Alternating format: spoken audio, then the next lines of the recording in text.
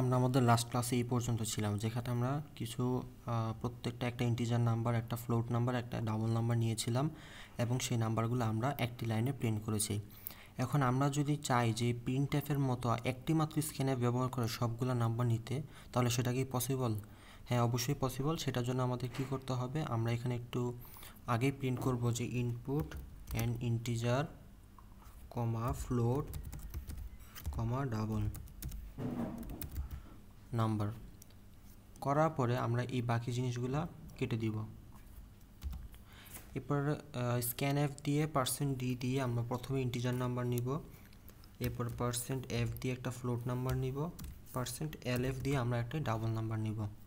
এরপরে $n দিয়ে আমাদের ইন্টিজার নাম্বার নেওয়া হয়ে গেল, কমা দিয়ে $n1 কমা $n2। তাহলে আমাদের তিনটা নাম্বার নেওয়া হয়ে গেল একটি মাত্র স্ক্যানার ব্যবহার করে। দেন আমরা জাস্ট প্রিন্ট করব। আমরা যদি একটু কোডটি রান করে দেখতে চাই, তাহলে আমাদের বলছি input and integer float double number. তাহলে ইন্টিজার আমরা নাম্বার দিলাম 5, ফ্লোট নাম্বার দিলাম 10.5 এবং ডাবল নাম্বার দিলাম 23.456। তাহলে যদি আমরা প্রিন্ট করি তাহলে সাকসেসফুলি প্রিন্ট হলো। আমাদের ইন্টিজার নাম্বার আসছে 5, ফ্লোট নাম্বার আসছে 10.50 এবং ডাবল নাম্বার আসছে 23.46। এখন বাকি আমাদের জিনিসটা তিনটা নাম্বার ছিল বা দুইটা নাম্বার প্রিন্ট হয়েছে, কারণ আমরা লাস্ট ক্লাসে দেখিয়েছিলাম যে .2f এর মাধ্যমে আমরা জাস্ট দুইটা নাম্বার প্রিন্ট করব, সেজন্য আমাদের দুইটা নাম্বার করে প্রিন্ট হয়েছে। এখন আমরা যে জিনিসটা এখন দেখব একটা অপারেটর, সেটার নাম হচ্ছে সাইজ অফ অপারেটর। এতক্ষণ পর্যন্ত আমরা জানি। আচ্ছা, সাইজ অফ অপারেটর শেখার আগে আমরা একটা জিনিস দেখি যে ডাবল স্ল্যাশ ব্যবহার করে আমরা যে কোনো লাইনকে কমেন্ট করে দিতে পারি। এই ডাবল স্ল্যাশ ব্যবহার করে আমরা যে কোনো লাইনকে কী করতে পারি, কমেন্ট করে দিতে পারি, অর্থাৎ এই লাইনটার কার্যকারিতা বন্ধ করে দিতে পারি। ঠিক সেমভাবে আমরা ডাবল স্ল্যাশ দিয়ে এই লাইনের কার্যকারিতা বন্ধ করে দিলাম। এই প্রিন্টএফ দিয়েও ডাবল স্ল্যাশ দিয়ে আমরা এই লাইনের কার্যকারিতা বন্ধ করে দিলাম, অর্থাৎ লাইনগুলো লেখার পরেও এই লাইনগুলো রান হবে না। এখন আমরা একটা জিনিস দেখতে চাই, সেটা হচ্ছে সাইজ অফ অপারেটরের ব্যবহার। সাইজ অফ অপারেটর কি? সাইজ অফ অপারেটর দ্বারা আমার প্রত্যেকটি আমার প্রত্যেকটি ডেটা টাইপের কত সংখ্যক বাইট তার মেমোরিতে জায়গা দখল করে সেটা আমাদের বলবে। যেমন ইন্টিজারের জন্য আমরা জানি যে 4 বাইট মেমোরিতে জায়গা দখল করে, ফ্লোটের জন্য 4 বাইট মেমোরিতে জায়গা দখল করে। আমরা যদি আমাদের প্রিভিয়াস স্লাইডটাতে একটু দেখি, যে ঠিক সেইভাবে একইভাবে ডাবলের জন্য 8 বাইট এবং ক্যারেক্টারের জন্য 1 বাইট জায়গা দখল করে। এখন যদি আমরা সেই জিনিসগুলো একটু দেখতে চাই, সেই জায়গায় আমরা দেখতে পারবো সাইজ অফ অপারেটরের মাধ্যমে। কিভাবে আমরা দেখব, সেটার জন্য আমরা প্রিন্ট করব printf %d double quotation %d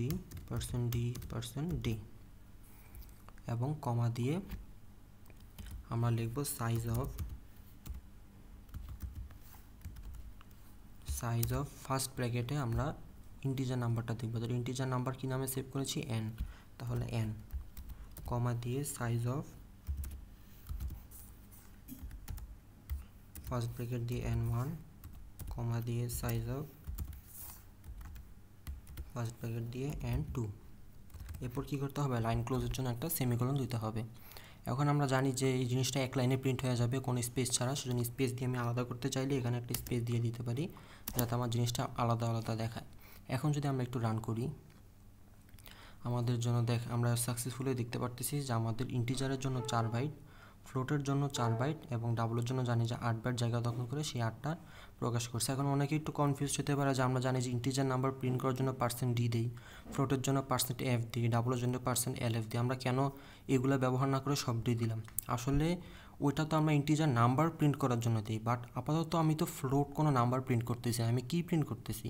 আমি প্রিন্ট করতেছি ফ্লোট নাম্বারটা কত বাইট জায়গা মেমোরিতে দখল করে, তাহলে সেই সংখ্যাটাও একটা ইন্টিজার নাম্বার, ঠিক না? যার কারণে আমরা কি %d দিয়ে সেই ইন্টিজার নাম্বারগুলো শো করছি। ঠিক ডাবলের জন্য 8 বাইট জায়গা দখল করে, সেই 8 বাইটটা কি একটা ইন্টিজার নাম্বার, সেজন্য আমরা 8 দিয়ে সেইটা আমরা প্রিন্ট করছি, সেই জিনিসটা আমরা দেখতে পারছি।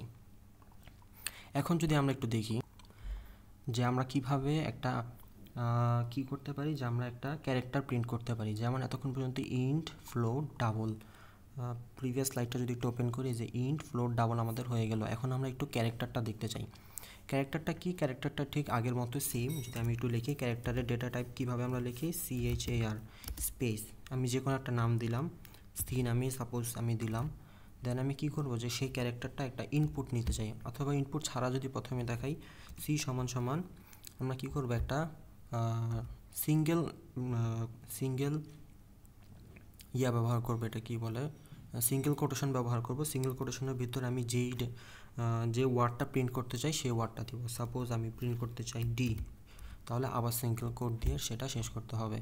তাহলে ক্যারেক্টারের ভিতরে আমি জাস্ট একটা ক্যারেক্টারই রাখতে পারবো। কারণ কেন একটা ক্যারেক্টার রাখতে পারবো, কারণ আমরা জানি যে সেটা মাত্র 1 বাইট জায়গা সেটা মেমোরিতে দখল করে, সেজন্য একটা ক্যারেক্টারের বেশি আমি রাখতে পারবো না।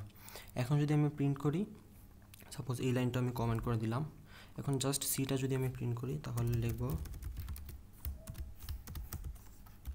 পার্সেন্ট, ক্যারেক্টারের জন্য সি লিখতে হয়, %C, C। একটু রান করে দেখতে চাই যে হ্যাঁ আমাদের ডি প্রিন্ট হলো। এখন এখানে আমি যাই দিব সেটাই প্রিন্ট হবে, যদি এ দেই এ প্রিন্ট হবে, এই প্রিন্ট হলো।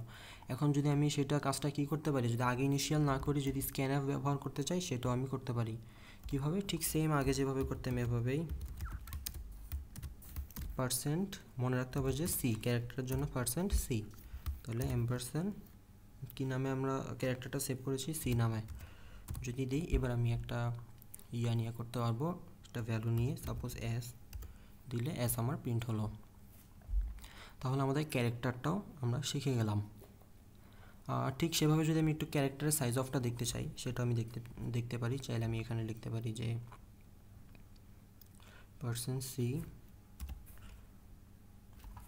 %D, সাইজ অফ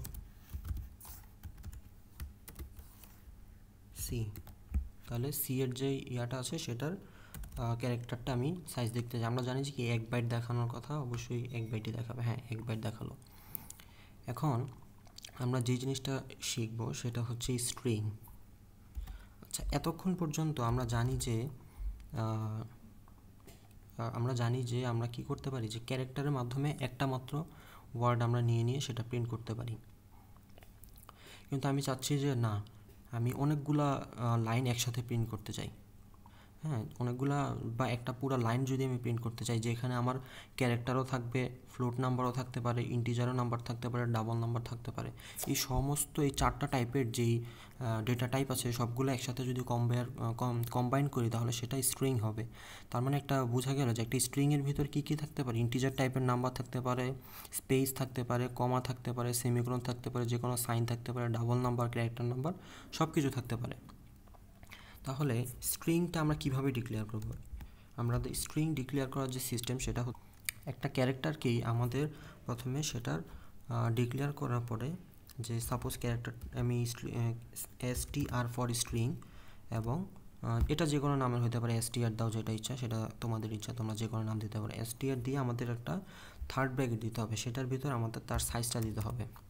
তাহলে আমি একটা ক্যারেক্টার ডেটা টাইপ লিখবো, তারপরে আমি কি করব, যে str100 সেটার সাইজটা আমার ডিক্লেয়ার করতে হবে। করার পরে এবার আমি স্ক্যানএফ ব্যবহার করতে পারবো।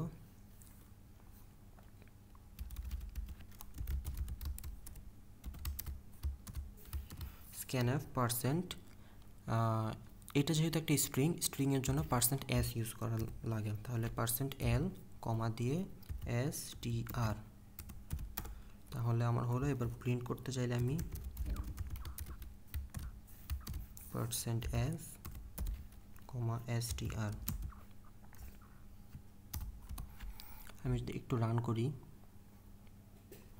এবার আমি একটা জিনিস প্রিন্ট করি, যে আমার নামটা যদি প্রিন্ট করি তাহলে দিদার নামটা প্রিন্ট হলো।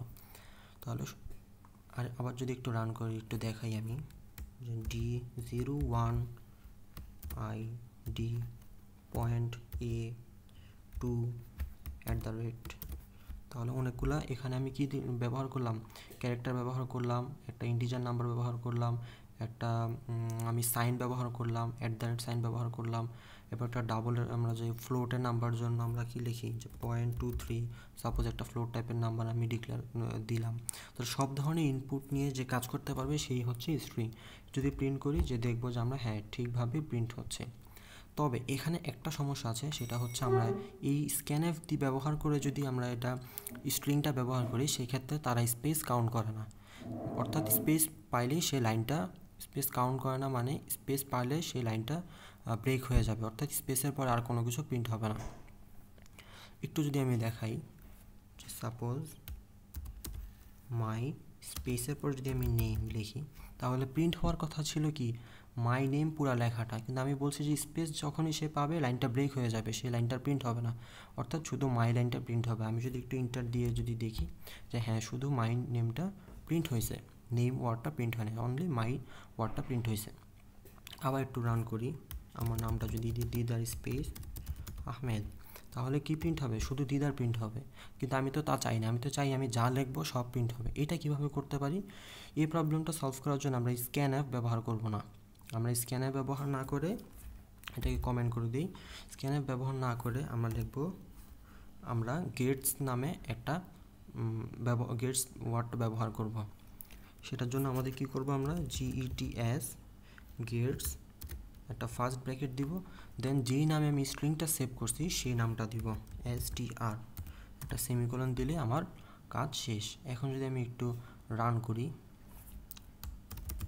দিদার স্পেস আহমেদ, তাহলে হ্যাঁ আমার সাকসেসফুলি দিদার আহমেদ প্রিন্ট হলো। এখন আবার যদি রান করি, একটু আবার আমরা দেখতে চাই, দিদার স্পেস আহমেদ 001 স্পেস পয়েন্ট 023, আমরা আবার দেখতে চাই যে আমাদের ঠিকভাবে কাজ করছে কি না। হ্যাঁ আমাদের ঠিকভাবে কাজ করছে। তাহলে আমাদের স্ট্রিংটাও শেখা হয়ে গেল, যে স্ট্রিংয়ের মাধ্যমে তার মানে আমরা কি যে কোনো কিছু যদি ইনপুট নিতে চাই এবং সেটা আমরা যদি ডিসপ্লে করতে চাই, তাহলে আমরা গেটস ব্যবহার করব। তবে এখানে একটা বিষয় হচ্ছে, এই গেটসটা ব্যবহার করা নট রিকমেন্ডেড। কেন রিকমেন্ডেড না আমি একটু বলি, হালকা করে একটু ব্যাখ্যা করি। সেটা হচ্ছে STR এর পর যে আমরা 100 দিছি, সেটা মূলত আমার স্ট্রিংয়ের লেন্থকে রিপ্রেজেন্ট করে। তাহলে আমি যদি এখানে যদি 4 দিই, অর্থাৎ 4 বাইট পর্যন্ত সেটা বা 4টা লেন্থের সেটা যে কোনো একটা স্ট্রিংয়ের লেন্থ সেটা 4 পর্যন্ত হতে পারবে। কিন্তু এইটা যখন আমি গেটসটা ব্যবহার করবো, তখন সেটার কন্ডিশনটা ফিল আপ করে না, সে তখন আনলিমিটেড লেন্থ হতে পারে। যেমন আমি দেখাই, যদি দিদার আহমেদ যদি আমি দিই একসাথে লিখি, তাহলে পুরা লাইনটি আমার প্রিন্ট হচ্ছে, অর্থাৎ আমার সেই স্ট্রিংয়ের পর যে আমি লেন্থটা ডিক্লেয়ার করলাম তার আর কোনো মানে থাকে না। তো এই জিনিসটা আসলে সেই জন্য ব্যবহারটা করা রিকমেন্ডেড না। আমরা কি ব্যবহার করতে পারি, সেটা পরিবর্তে এফ গেটসের পরে আমরা প্রথমে আমাদের স্ট্রিংয়ের যে নামটা দিছি সেই নামটা দিব, একটা কমা দিব, দেন সাইজ অফ ফার্স্ট ব্র্যাকেট দিয়ে সেই আবার স্ট্রিংয়ের নামটা দিব, কমা দিয়ে আমরা লিখব STDIN, অর্থাৎ সেই স্ট্রিংয়ের যে লেন্থ আছে এবার সেই লেন্থকে ফলো করে সে ভ্যালু প্রিন্ট করবে। যেমন একটু দেখাই, যদি আমরা এবার লিখি দিদার আহমেদ, তাহলে DID প্রিন্ট হলো এবং বাকি লেন্থের বাইরে যে নাম্বারগুলো আছে সেই নাম্বারগুলো সে কী করলো, বাদ দিয়ে দিল।